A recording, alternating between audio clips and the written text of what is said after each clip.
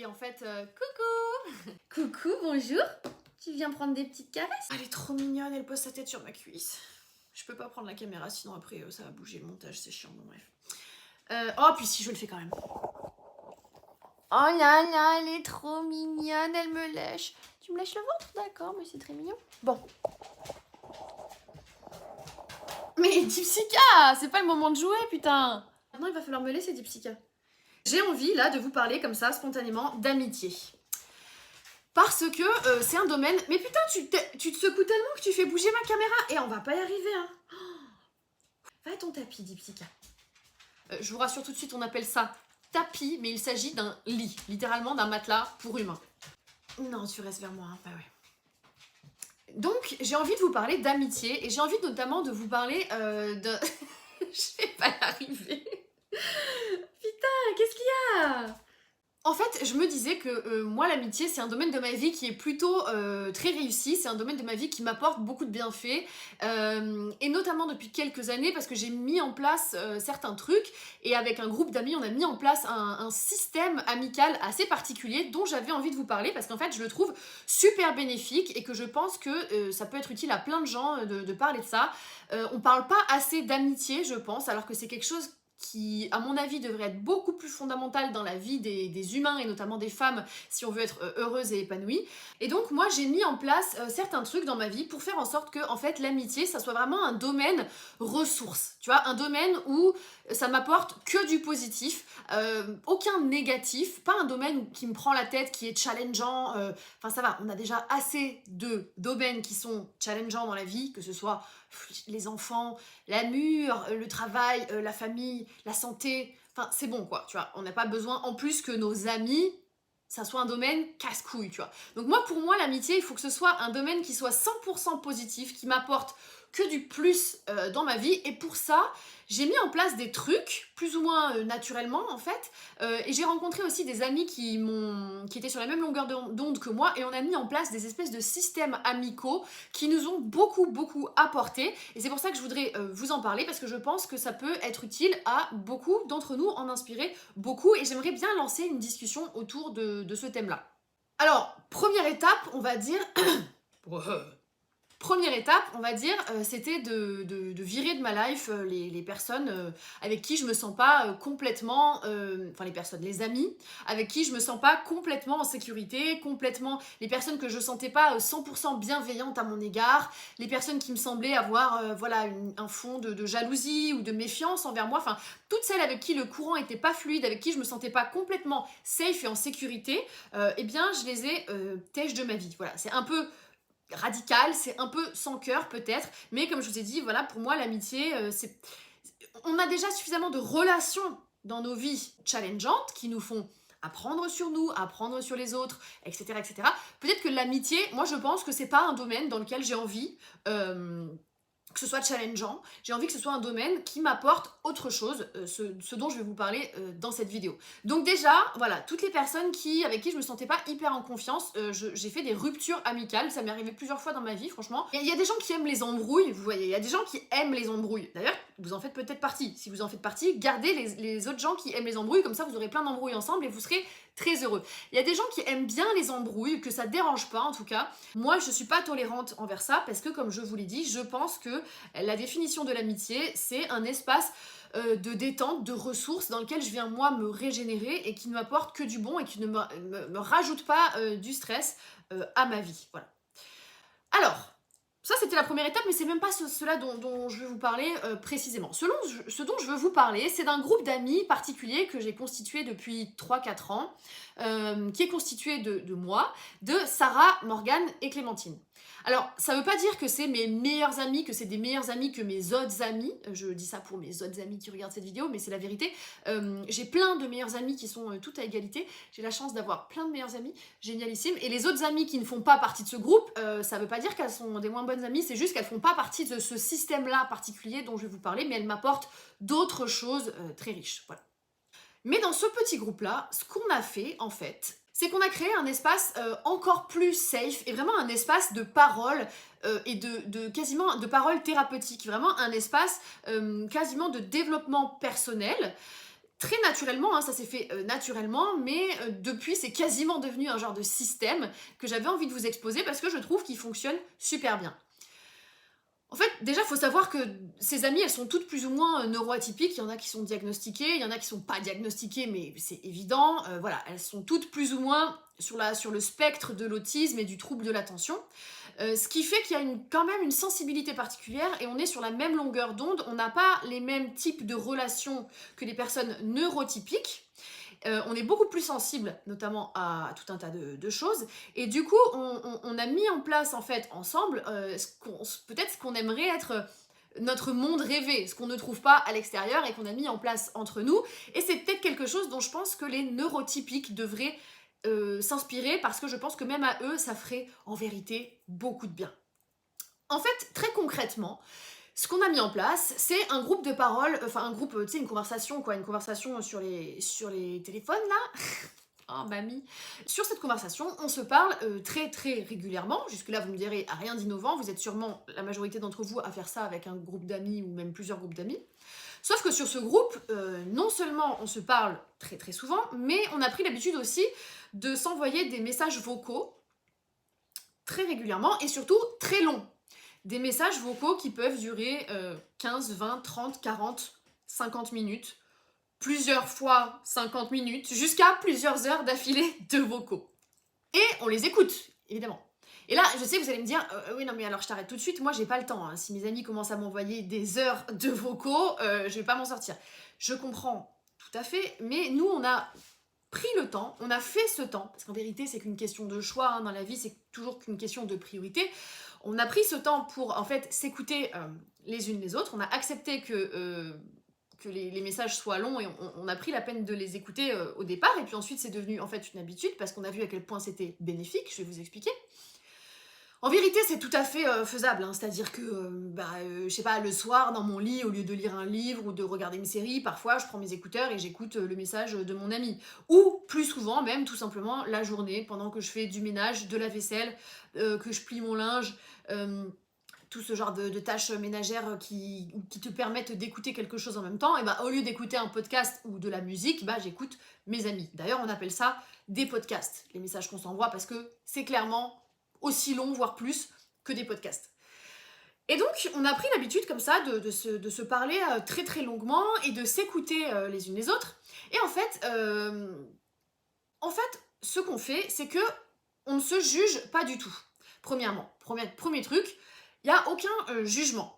Jamais de jugement, même si la personne fait de la merde, et je veux dire, on fait souvent de la merde, on est des humains, on est des humaines, même si la personne fait de la merde, dit quelque chose, et puis la semaine suivante dit l'inverse, même si on se contredit, même si on prend des mauvaises décisions, même si à la limite on faisait des choses qui étaient vraiment éthiquement pas super, tu vois, même si on trompait notre conjoint, notre conjointe, je dis n'importe quoi, même si on faisait des trucs illégaux, tu vois, eh bien on ne se juge jamais, jamais, jamais. Il y a vraiment jamais aucun jugement négatif sur ce que racontent les autres, premièrement. Ça, c'est venu naturellement, hein, c'est aussi parce que c'était vraiment, c'est pas une règle à la base, c'était une règle tacite en fait, c'était pas dit, mais c'est aussi un ressenti qu'on a, on n'a pas envie de se juger. Et également, ce qu'on fait, c'est qu'on ne se donne jamais quasiment de conseils. En fait, on écoute les messages vocaux des unes et des autres, mais en vérité, on se répond relativement peu sur le fond. On se répond, on répond des trucs, on réagit à des trucs, bien évidemment, mais on ne répond pas, on ne se sent pas obligé de répondre dans la longueur, dans les détails à tout ce que dit la personne. Je veux dire, la personne, elle peut parler 45 minutes et nous, on va répondre 3 phrases. C'est ce qui se passe d'ailleurs en général. On ne donne pas de conseils, on ne donne que très peu notre opinion. La seule chose qu'on fait, c'est qu'on donne la sensation à l'autre qu'elle a été entendue, on lui dit qu'on comprend, on fait en sorte d'essayer de comprendre, on lui dit qu'on comprend, qu'elle a été entendue, comprise, et on la soutient quoi qu'elle fasse, quoi qu'elle décide. Hein. C'est-à-dire qu'en fait, on est toujours d'accord les unes avec les autres, on soutient toujours les unes et les autres dans les décisions qu'elles prennent, dans leur état d'esprit du moment, etc., etc. Nous, en retour, la seule chose qu'on va faire... Putain, je suis harcelée par les mouches. Eh, les animaux! C'est pas parce que je suis antispéciste que... nous, en échange, la seule chose qu'on va faire, c'est qu'on va se raconter, nous aussi, on va peut-être raconter un truc auquel ça nous aura fait penser de notre vie, en quoi nous aussi on traverse plus ou moins ci ou ça. On va peut-être dire ah tiens ça me fait penser à telle lecture, etc., etc. Mais on ne va pas donner de conseils à la personne. Ça c'est venu naturellement aussi parce que en fait je pense que aucune d'entre nous n'aime recevoir des conseils. Et en fait, en vérité, aucun humain n'aime véritablement recevoir des conseils. Parce que les conseils, non seulement la plupart du temps, c'est complètement à côté de la plaque, c'est-à-dire que, enfin, qu'est-ce qui nous fait penser qu'on serait mieux placé que la personne pour savoir ce qui est bon pour sa vie? Enfin, je veux dire, la personne, elle a une vision qui est quand même beaucoup plus riche de sa situation, elle a une vision qui est beaucoup plus précise de ce dont elle est capable aussi, parce qu'en vérité, souvent dans la vie, quand on a un problème, une problématique, bref, un choix à faire, souvent, c'est pas tellement une question qu'on ne sait pas ce qu'on doit faire, bien plus souvent, c'est à la limite qu'on n'est pas prêt à le faire, qu'on n'a pas envie. Et c'est pour ça que les conseils des autres personnes, souvent, sont pas du tout adaptés, parce que quand bien même le conseil serait tout à fait pertinent, la personne n'est pas forcément prête à l'entendre, à le mettre en place. Et puis aussi, nous on est toutes complètement d'accord sur ça, on a besoin de parvenir à la conclusion des situations, qu'est-ce qui serait la meilleure chose à faire, quel meilleur état d'esprit à adopter, etc. par nous-mêmes. On a besoin d'y arriver par nous-mêmes, voilà. Et donc, on ne se donne vraiment jamais de conseils. Et jamais non plus on se dit, lorsque la personne a fait 5-6 erreurs, entre guillemets, je sais pas, parce que ça dure du coup des mois, des années, ça fait plusieurs années qu'on fait ça, même si la personne, je sais pas, finit par faire un truc auquel nous, depuis 6 mois, on s'était dit, peut-être ça serait bien qu'elle fasse ça, jamais on lui dira, bah, je le savais, je te l'avais dit, ou quoi, enfin, très rarement. Déjà, je pense qu'on ne se permet pas de le penser, globalement, enfin évidemment ça peut arriver, mais dans l'ensemble, on ne cherche pas à juger et à savoir ce qui serait mieux pour la personne, on ne cherche même pas parce qu'en fait on sait qu'on ne sait pas. Je pense qu'il y a une telle bienveillance et respect et voire même admiration entre nous que on ne se permet pas de croire qu'on saurait mieux que l'autre ce qui est bon pour elle. Donc en fait on ne le pense pas et donc on ne le dit pas et on ne l'exprime pas. On donne simplement la possibilité à l'autre en fait de s'exprimer, de mettre en mots ses états d'esprit, ses émotions, ce qui est déjà énorme, ce qui est déjà ce que la plupart des gens ne font pas, notamment la plupart des hommes, n'est-ce pas? Ce qui est déjà énorme et ce qu'on fait en fait quand on va dans une thérapie, voir un psy ou quoi. En général, qu'est-ce qu'on fait chez le psy? Juste, on parle. Et c'est très rare qu'en face, il nous donne des conseils. Mais rien que le fait de parler, euh, de ce dont on a besoin de parler, eh bien ça permet d'articuler sa pensée, ça permet de savoir ce qu'on ressent, et super souvent on se dit, sans avoir eu besoin d'avoir de réponse en face, on se dit, par exemple au bout de 30 minutes qu'on est en train de parler, putain mais en vous parlant les filles, c'est en vous parlant que je réalise que voilà, c'est pour ça que je me sens comme ça, c'est ça que je ressens, putain je réalise en vous parlant que j'ai envie de faire ça, ou quoi. Parce que rien que faire cet effort d'articulation, on ne se rend pas compte, mais on prend très rarement en fait le temps de se poser, souvent, plusieurs fois dans le mois ou dans la semaine, pour savoir où on en est, qu'est-ce qu'on ressent, pourquoi on le ressent, faire des liens entre les trucs, etc., etc. Et rien que ça, c'est déjà énorme. Hein, je veux dire, ça nous donne une longueur d'avance sur plein de trucs. Moi, j'ai vraiment remarqué à quel point ça me donnait un temps d'avance sur les situations, le fait de savoir ce que j'en pensais, ce que je ressentais. Comme ça, le jour où il y a une décision à prendre, le jour où il y a quelque chose à faire, je suis déjà vachement plus au clair avec moi-même. En fait, je pense que la plupart des gens se trompent sur quel est leur rôle, qu'est-ce qu'on attend d'eux en tant qu'amis, lorsque un de leurs amis vient leur présenter une problématique, un problème, ou même si c'est pas une problématique, même quand c'est, je sais pas, vous exposez un projet, que vous avez des idées de projet très réjouissants, hein, ça peut être tout à fait positif, bien sûr, on parle pas que de nos problèmes, pas du tout. D'ailleurs, on parle pas que de nos problèmes, on parle aussi beaucoup de politique, sociologie, philosophie, spiritualité, voilà, on parle pas que de nous, mais j'y viendrai dans une future partie de la vidéo, là, à la fin de la vidéo, je vous parlerai aussi de pourquoi ce groupe-là nous a permis d'affiner et d'approfondir notre pensée politique, philosophique, tout ce que vous voulez, grâce à cet espace à la fois bienveillant et également propice en fait à la réflexion, mais ça on en parlera après. Je voulais juste vous assurer dès maintenant que oui, on ne parle pas que de nous en effet. par rapport aux conseils, en fait, ce que je voulais dire, c'est que oui, la plupart d'entre nous, je pense, on se trompe sur le rôle qu'on a en tant qu'amis et ce qu'attendent nos amis quand ils nous parlent de leur life, que ce soit pour exposer une problématique ou un projet ou whatever. En fait, nous, souvent, on donne des conseils ou des recommandations parce que on pense que ça va aider. Ça part bien évidemment d'un bon sentiment, évidemment. On le fait par amitié. Mais c'est là où on se trompe, à mon avis. C'est pas ça l'amitié, c'est pas ça que recherche l'autre, en tout cas, en vérité. Même si c'est inconscient, je pense qu'en amitié, l'autre en face cherche juste un espace de soutien et d'écoute inconditionnel.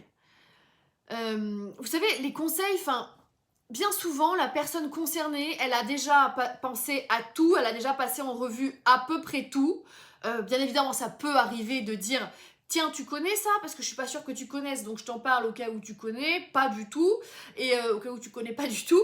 Et si la personne dit bah non, je connais pas du tout, vas-y, parle-moi, ça m'intéresse, bah là vous pouvez parler, donner ce conseil entre guillemets. Mais si la personne vous dit oui, oui, je connais, j'ai déjà réfléchi, c'est pas la peine de dire mais je te conseille vraiment de faire ci ou de faire ça. Si on vous dit qu'on y a déjà pensé, en général, laissez les gens, ils ont déjà plus réfléchi que vous, en général, ils connaissent mieux leur situation, ou ils ont besoin d'arriver à cette conclusion par eux-mêmes, ils sont pas encore prêts. Ils vous en voudront de leur donner un conseil non sollicité qui donne l'impression, en fait, le conseil donne l'impression, enfin c'est toujours vexant un conseil parce que ça donne l'impression quand même qu'on n'y a pas pensé, tu vois, alors que je suis concernée, je suis la première concernée. Tu penses bien que le conseil de, je dis n'importe quoi, hein, quitter le mec avec qui je m'engueule tout le temps, j'y ai déjà pensé, tu vois, c'est pas la peine de me dire franchement, tu devrais le quitter. Hein. J'ai déjà pensé, si je ne le fais pas, c'est que je pense que c'est pas le meilleur choix pour moi, à ce moment de ma vie en tout cas, tu vois ce que je veux dire. Les conseils en amitié, c'est rarement approprié. La personne en face vous en voudra de donner ce conseil, en général. Vous risquez d'en vouloir à la personne en face de ne pas les suivre. Hein, je pense qu'on a tous peut-être une fois dans notre vie ressenti ce truc de genre putain mon ami machin là on a parlé toute la soirée hier, elle a des gros problèmes au boulot, j'en sais rien, je lui ai donné des conseils toute la soirée pour comment s'en sortir, elle le fait pas, elle le fait pas. Mais oui mais parce qu'en fait vous n'aviez qu'à pas, si vous ne voulez pas être énervé parce que les personnes ne suivent pas vos conseils, ne leur donnez pas de conseils, ce n'est pas ce qu'on attend de vous. On attend, je pense, d'un ami, même si on s'en rend pas compte, même si c'est inconscient en nous, ce qu'on attend d'un ami, c'est juste un soutien, un amour inconditionnel et une confiance en fait inconditionnelle. C'est-à-dire qu'on a besoin de savoir que nos amis, en fait, ils nous estiment. Et ils nous estiment tellement qu'en fait, ils savent qu'on va faire les meilleurs choix pour nous. Ils savent qu'au fur et à mesure de notre processus, on va faire les meilleurs choix pour soi-même. Donc en fait, c'est pas la peine de donner un conseil puisqu'on a confiance en la personne. Un peu comme avec nos enfants, comme ça devrait être les parents envers leurs enfants. D'ailleurs, les rares fois, ça c'est rarement arrivé, mais les rares fois où l'une d'entre nous a dit au groupe s'il vous plaît les filles, donnez-moi un conseil, parce que là vraiment je suis perdue, là je perds pied, là je suis plus sûre d'avoir les pieds sur terre, est-ce que je suis folle de croire ça, est-ce que vraiment, qu'est-ce que vous en pensez, j'ai besoin d'un avis extérieur là, parce que je me sens perdue. Les rares fois où on a donné des conseils, déjà c'est parce que la personne les avait demandés noir sur blanc. Et encore, même dans ces cas-là, franchement, la plupart du temps, notre conseil, c'est écoute-toi en fait.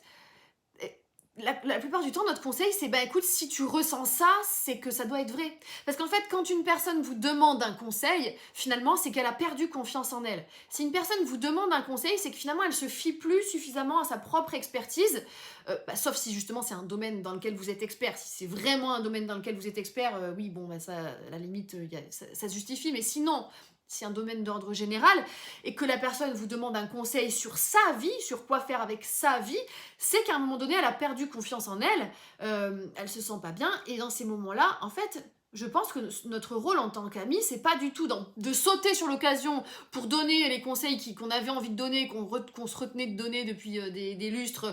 Ah putain, enfin elle me le demande, ah oui putain, je pense que tu fais que de la merde depuis 6 mois, non, tu devrais arrêter ci et ça, et putain, tu devrais prendre une toute autre direction. Non.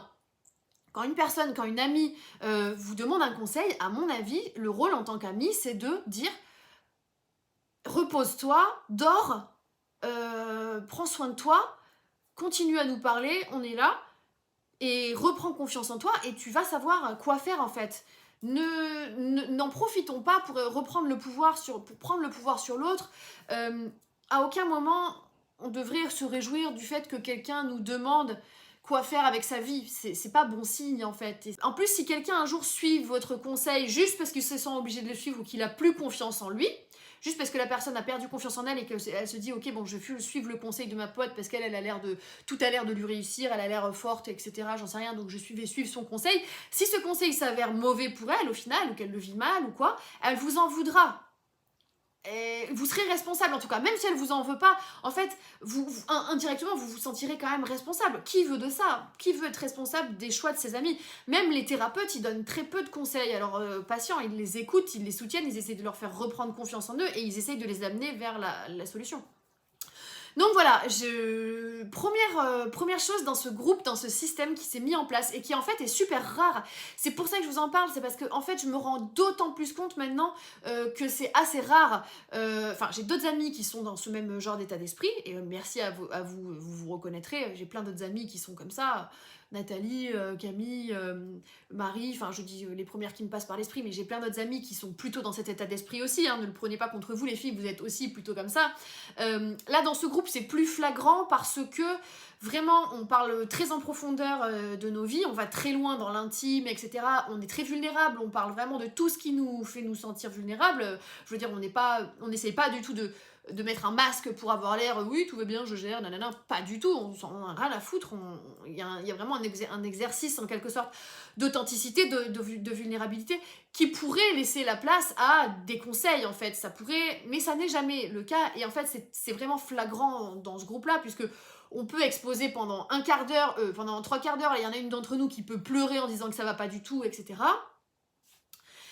Et en face, il n'y aura pas ce truc de putain, il faut qu'on l'aide, il faut qu'on trouve des solutions. Ce que beaucoup de gens ressentent, c'est putain, il faut qu'on trouve des solutions. Nous, il n'y a pas ce truc-là qui, en général, fait plus de mal que de bien à la personne parce que si vous lui trouvez des solutions mais qu'elle n'a pas envie d'appliquer, ça va la faire sentir encore plus mal. Enfin, bref.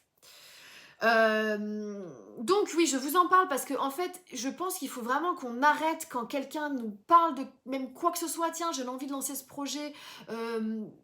Tout de suite, notre esprit se met en branle pour essayer de lui donner des conseils, pour l'aider, ce qui part d'une bonne intention, mais en fait, c'est relou.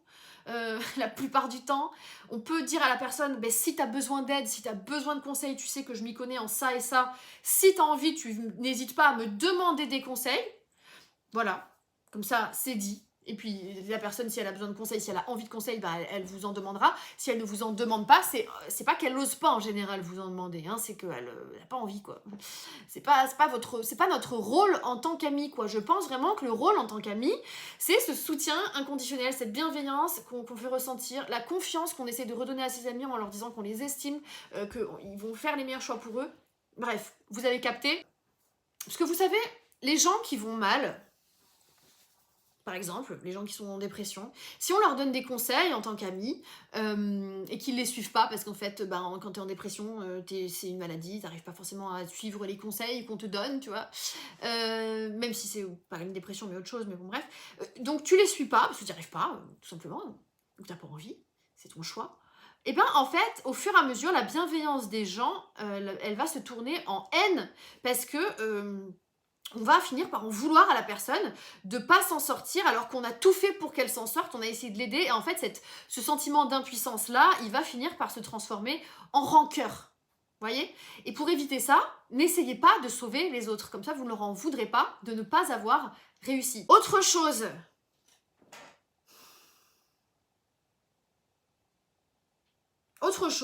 on ne se fait jamais de reproches. Et il n'y a que très peu d'obligations dans nos amitiés. Il n'y a pas d'obligation de se voir. Il n'y a même pas d'obligation, en vérité, d'écouter les vocaux des unes et des autres si on n'en a pas envie. Il n'y a pas d'obligation de répondre.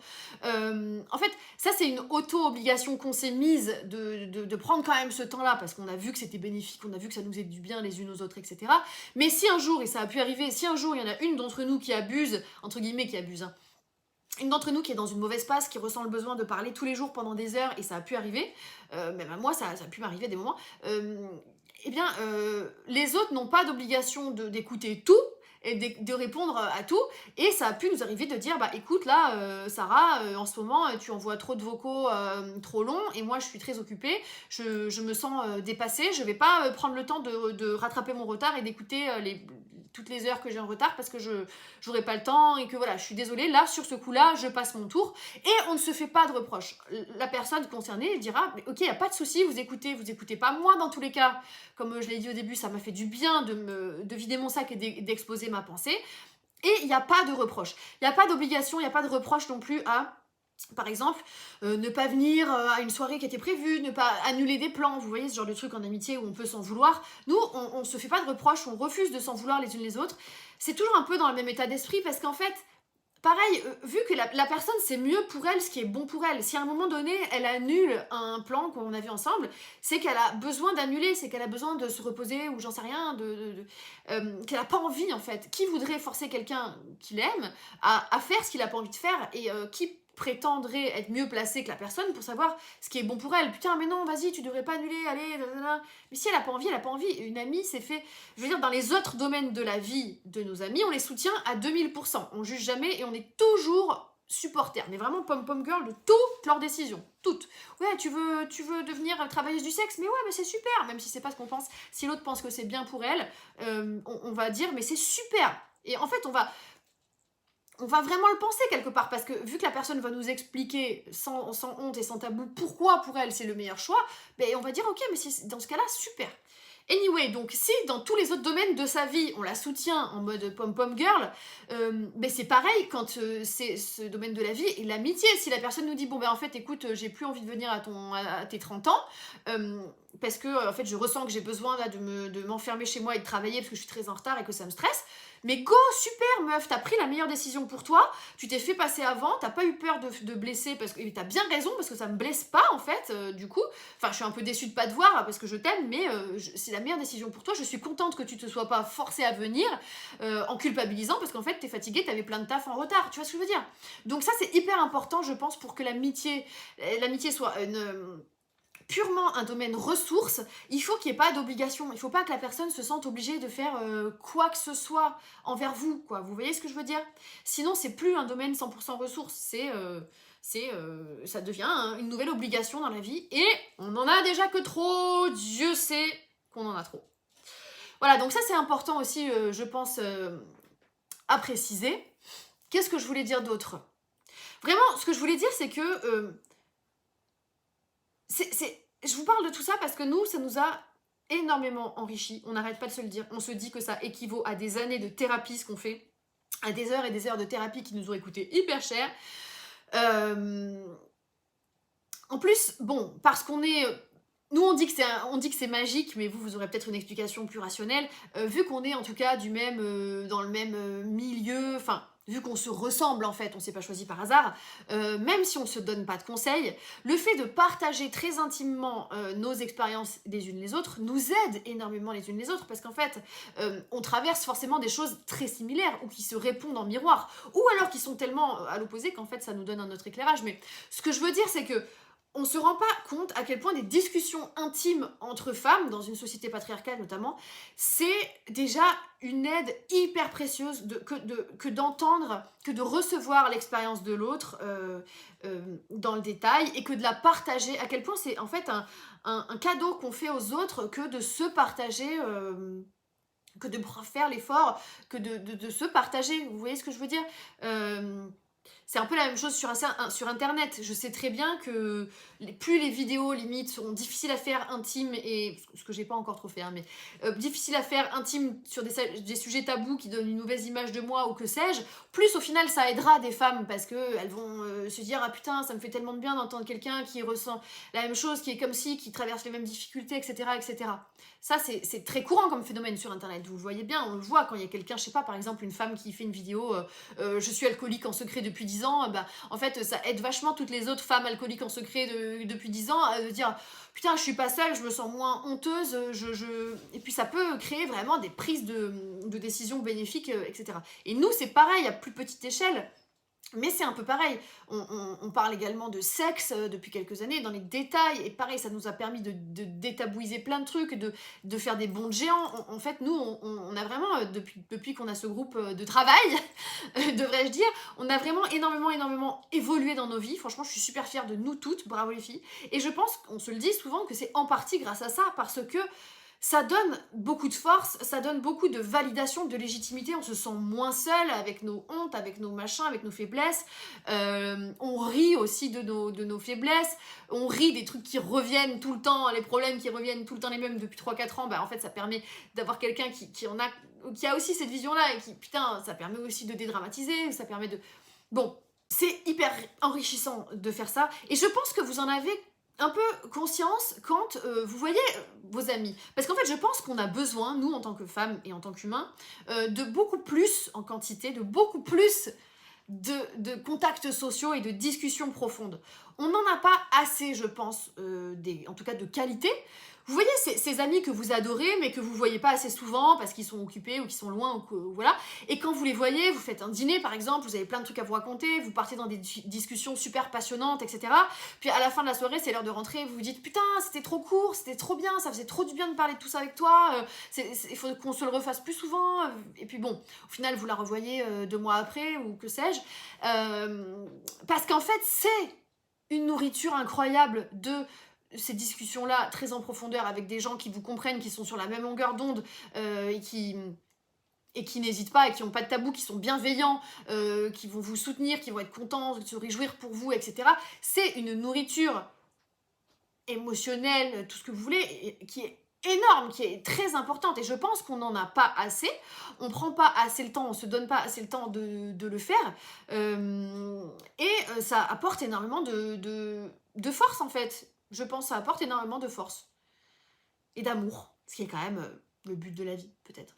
Donc je vous ai dit que je vous parlerai du fait que oui, on parle pas que de nous, on parle aussi vachement de sujets politiques, sociologiques, philosophiques, très poussés, spirituels, tout. Et en fait, pareil, ça a été le groupe dans lequel j'ai le plus peut-être avancé intellectuellement, parce que on a mis en place un truc un peu particulier. Mais c'est assez compliqué à expliquer, je pense. Je vous le dis juste là, sans m'attarder. On en parlera peut-être dans une prochaine vidéo, parce que je pense que c'est un sujet à lui tout seul. On ne débat jamais. On ne débat pas. On est tout le temps d'accord les unes avec les autres.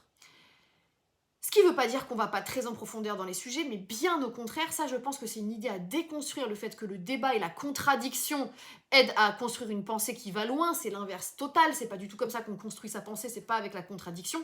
La contradiction, elle devrait arriver que plus tard, une fois que la pensée est déjà bien construite. Hop, on l'oppose à une pensée qui est déjà bien construite, mais bref. Donc, on ne débat pas.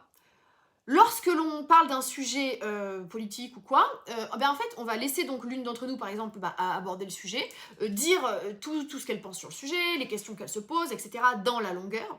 Nous, on va écouter en face, et en général, ce qu'on va faire, c'est qu'on va dire, même si on n'est pas d'accord à la base, ou que à la base, c'est pas comme ça qu'on imaginait le sujet ou quoi, on va dire, ah ok, d'accord, c'est ça que tu penses, intéressant, moi, je vois pas les choses, j'avais pas vu les choses comme ça, mais je comprends ce que tu veux dire, déjà. Eh bien, la première chose à faire que la plupart des gens ne font pas. Ok, je vois ce que tu veux dire, je comprends ce que tu veux dire. Et là, ce qu'on fait en général, c'est qu'on apporte de l'eau au moulin de l'autre en disant, c'est vrai que dans mon expérience ou dans ce que j'ai compris de la vie, c'est vrai qu'il y a tel ou tel élément qui vont dans ton sens et que tu n'avais peut-être pas évoqué ou quoi. C'est vrai que dans mon expérience, on va valider encore plus, donc on va apporter en fait d'autres briques à la pensée de l'autre, et on fait tout ça, ce qui fait qu'on apporte plein de briques et on va toujours plus loin dans la thèse, entre guillemets, on va toujours plus loin dans ce sens-là, ce qui ne nous empêche pas du tout par la suite, peut-être une semaine après ou peut-être 6 mois après, de revenir sur ce thème et de dire bon ben non, en fait là en ce moment je pense plutôt l'inverse, voilà, il y a ça et ça et ça qui m'a fait me remettre en question, et les autres vont dire ah ouais ben écoute c'est intéressant, mais c'est vrai qu'il y a tel ou tel point qui vont dans ton sens, et en fait comme ça on avance toutes ensemble, et c'est pour ça que c'est presque comme si on était la même personne, enfin j'exagère, mais vous voyez, quand vous, dans votre tête, vous réfléchissez vous êtes en train de vous faire des opinions sur des sujets, vous voyez bien qu'il faut d'abord que vous vous intéressiez en profondeur à un sujet avant avant que ça ait du sens d'aller regarder ce que dit le camp inverse, par exemple, de le regarder en profondeur aussi, parce qu'il faut être objectif. Mais vous pouvez pas en permanence faire l'aller et venue, comme ça, je lis une phrase qui va dans tel sens, puis une phrase qui va dans tel autre sens. Et c'est pas comme ça que la pensée, elle se construit. Ça, c'est ce qui se passe sur Internet, où les gens veulent débattre, ou en soirée, où les gens veulent débattre, notamment de sujets qu'ils connaissent pas. Et la pensée n'avance pas comme ça. On piétine, on reste toujours sur la même marche. Quelqu'un dit quelque chose, l'autre en face le contre, et ce n'est pas comme ça qu'on va loin dans la pensée. En plus, c'est désagréable, c'est très difficile de ne pas en vouloir à l'autre, c'est très difficile de ne pas être irrité, c'est très difficile de se sentir pas jugé si l'autre vous contredit, ou veut débattre en vous contredisant, c'est très difficile de se sentir pas jugé. Au bout d'un moment, c'est très difficile que ça ne devienne pas personnel, et c'est très difficile du coup d'oser en fait aller loin dans sa pensée, vous voyez ce que je veux dire?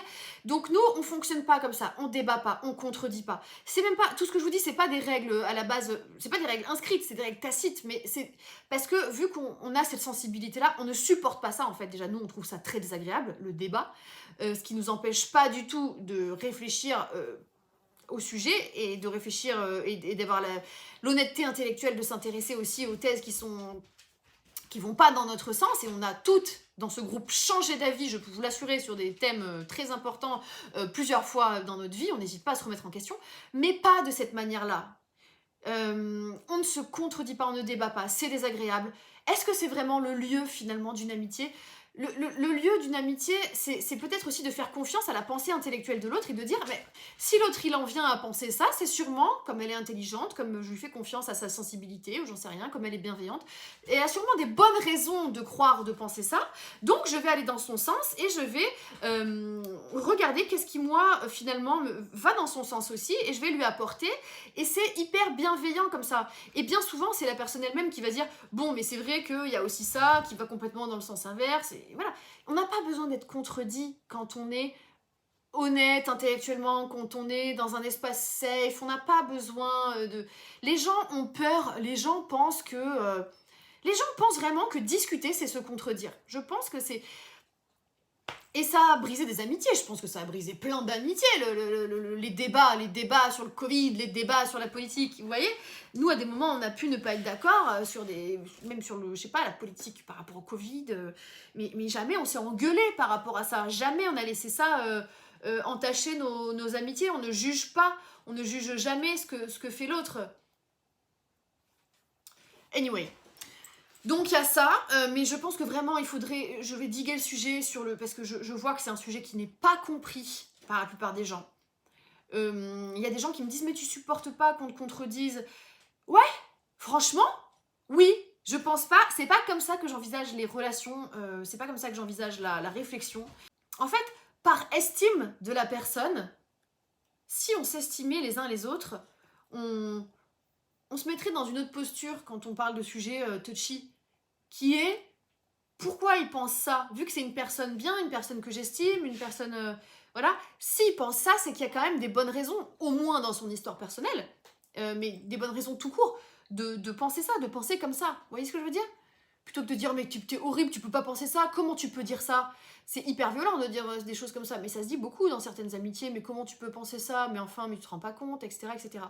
Bon, ce que je voudrais dire aussi, c'est que si en regardant cette vidéo, ce que vous vous dites, c'est bah oui, mais c'est super, moi je me sens mal parce que en fait, moi j'ai pas d'amis comme ça, j'aimerais bien avoir ce type d'amitié, etc., ce genre de soutien, mais je n'en ai pas. Ben, en fait, déjà, au lieu de blâmer vos amis, demandez-vous si vous, déjà, vous êtes vraiment ce type d'amis-là, vous voyez? Est-ce que quand... si vous voulez que ça change, commencez par vous changer vous-même. Est-ce que vous êtes une personne safe? Est-ce que vous êtes une personne qui ne juge pas, qui ne donne pas son opinion sur la vie des autres? Est-ce que vous êtes une personne qui critique pas? Est-ce que vous êtes une personne qui donne pas de conseils? Ah oui, qui critique pas, ça je voulais en parler. On ne se critique pas, bon, on ne se critique pas les unes les autres en face, mais on ne se critique pas non plus derrière le dos des unes des autres. Enfin, ça a pu arriver exceptionnellement, ça peut arriver très rarement, genre de dire oui bon là je comprends pas trop, si ça, mais c'est extrêmement rare, d'une part parce qu'on n'a pas envie, puisqu'on sait qu'en fait la personne elle vit ce qu'elle vit, elle traverse ce qu'elle traverse, c'est comme ça, il n'y a pas à juger, enfin c'est souvent injuste de juger, parce qu'on n'a pas tous les éléments, souvent les personnes font ce qu'elles peuvent faire en fait, il n'y a pas à juger, voilà. Et surtout, je voulais vous dire un truc là qui est très très important, c'est que vous savez, il y a ce truc en amitié beaucoup, ou même pas forcément qu'en amitié, mais dans les relations, il y a ce truc de, pour vouloir se rapprocher de quelqu'un, pour créer une complicité avec quelqu'un, on va critiquer les autres derrière leur dos. Même dans un groupe d'amis et tout. Et on a l'impression sur le coup que ça nous rapproche de la personne, de dire « Oh ouais, toi aussi tu penses ça, oh, putain mais grave, j'osais pas le dire, mais oh putain, je suis trop contente de savoir que tu penses pareil et tout. » Sur le coup, ça rapproche, nanana. Mais en fait, ça éloigne aussi de la personne avec qui vous êtes en train de critiquer. Bon, déjà, c'est pas gentil pour l'autre personne, franchement, c'est juste pas gentil. Soyons gentils. Et ça éloigne aussi, je vous jure, ça vous éloigne de la personne avec qui vous êtes en train de critiquer. Pourquoi? Vous critiquez Clémentine, par exemple, avec Morgane. Je dis n'importe quoi, ça n'est pas arrivé, Clémentine, hein, mais imaginons. On critique Clémentine avec Morgane. On est sur le coup, on a l'impression de se rapprocher avec Morgane, nanana. Le lendemain, Morgane me voit avec Clémentine, elle me voit toute chaleureuse, ah je t'adore, nanana, je suis trop contente de te voir, nanani, nanana. Qu'est-ce qu'elle va se dire, Morgane? Ah putain, mais en fait, je croyais finalement que peut-être Lucie, elle était un peu plus proche de moi, ou je sais pas, je pensais que le fait qu'on critique Clémentine, mais ça ne pourrait pas m'arriver, elle pourrait pas me critiquer moi, Morgane, parce que moi, on est peut-être plus proches, mais en fait, là, quand je la vois avec Clémentine, elle est tout à fait pareille qu'avec moi, elle est tout à fait pareille qu'avec moi, donc, en fait, quand j'ai le dos tourné, peut-être elle me critique aussi. En fait, quand vous critiquez les gens, vous donnez l'image de quelqu'un qui critique. Quand vous critiquez les gens derrière leur dos, vous donnez aux gens avec qui vous critiquez l'image de quelqu'un, même si eux, ils sont en train de le faire aussi, hein, mais vous donnez à la personne avec qui vous êtes en train de critiquer l'image que vous êtes quelqu'un qui critique derrière le dos, et donc finalement, cette personne va moins vous faire confiance, elle aussi. Elle va aussi moins vous faire confiance, elle va aussi avoir moins tendance à se confier, à être naturelle, parce qu'elle se dira, mais en fait, moi aussi, peut-être elle va me critiquer, et personne n'a envie d'être critiqué derrière son dos. Vous voyez ce que je veux dire? Faut vraiment, c'est extrêmement toxique et ça donne pas une bonne image de vous-même et ça, en fait, ça a l'effet inverse de celui que vous voulez atteindre en le faisant. Ça, c'est très important. On ne se critique pas les unes derrière les autres, le dos des autres. Enfin, vous avez capté quoi. Voilà. Vraiment, ça, c'est une habitude à perdre, je pense. C'est une habitude qui fait du mal à tout le monde, à soi-même. Et vous voulez que je vous dise, moi, ça fait quelques temps là que bon, déjà, j'ai jamais aimé critiquer de manière générale, mais depuis quelques temps, j'essaye encore plus de vraiment pas du tout critiquer qui que ce soit, même les gens, je veux dire, que j'aime pas. Les gens qui sont très différents de moi, qui font des choix de vie ou des choix politiques qui sont pas les miens.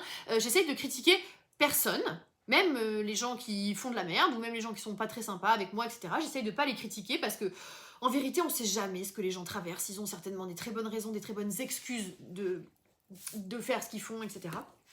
Et un truc fou, c'est que j'ai remarqué maintenant que j'applique cette indulgence, maintenant que j'ai pris l'habitude, je prends progressivement l'habitude d'appliquer cette indulgence aux autres, et ben, bizarrement, ça me retombe dessus, dans le bon sens du terme. C'est-à-dire que c'est une habitude qu'a pris mon cerveau, et du coup, je suis aussi indulgente avec moi-même. Et en fait, je me critique beaucoup moins moi-même, je suis beaucoup plus sympa et indulgente avec moi-même. Et en fait, ça fait grave de bien. Ça fait grave de bien de se sentir aimé, compris, soutenu et pas jugé par soi-même, voilà.